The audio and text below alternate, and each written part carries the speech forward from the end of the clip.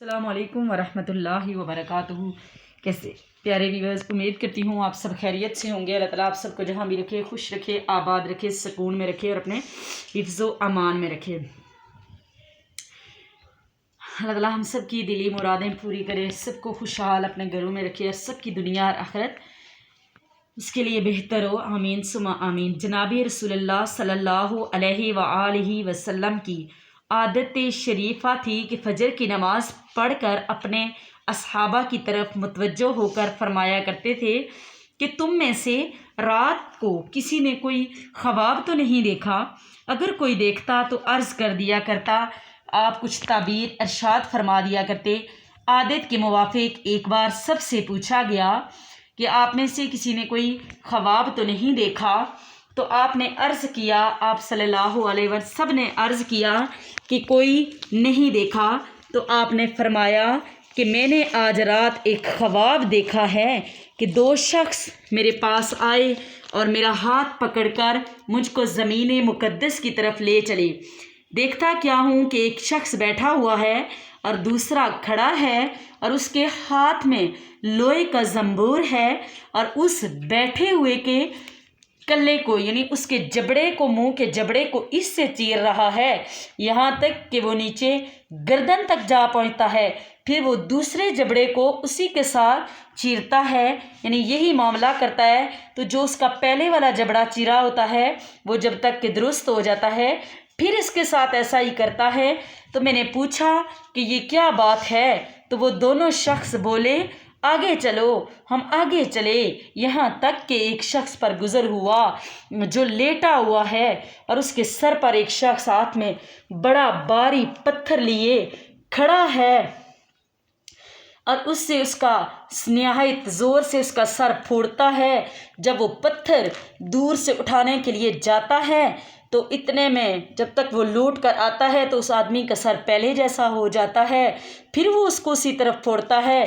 तो मैंने पूछा कि ये कौन है? तो अर्ज़ ये हुआ कि आगे चलो, यहाँ तक कि एक गार पर जा पहुँचे जो मसले तंदूर के था, नीचे से फराग था, यानी बहुत ज़्यादा खुला था और उसमें आग जल रही थी।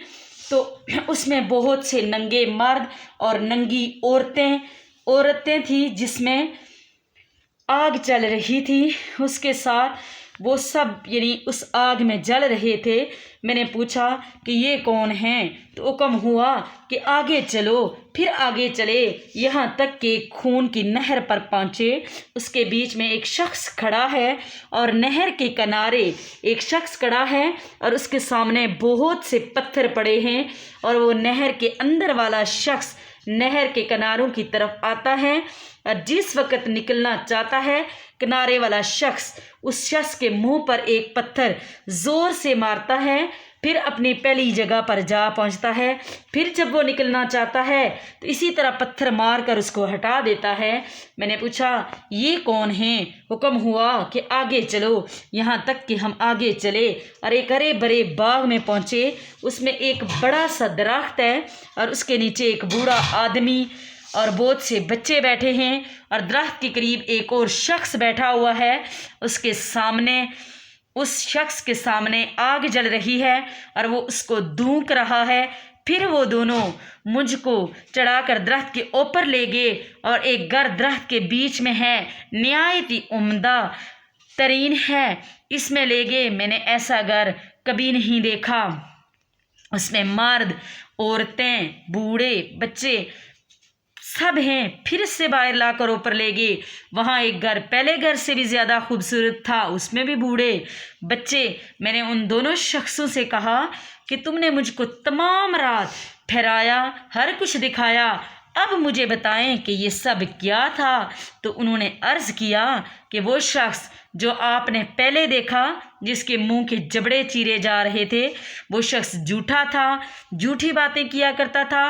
वो तमाम बातें जहान में मशहूर हो जाती थी, उसके साथ क़यामत तक यूं ही करते रहेंगे। और जिसका सर आपने पत्थर से फोड़ते देखा है वो शख्स है कि उसने अल्लाह ताला के कुरान को सीखा और उससे गाफिल रहा और उसको बुला दिया। ये वो शख्स था جس کا سر پتھر سے پھوڑا جا رہا تھا۔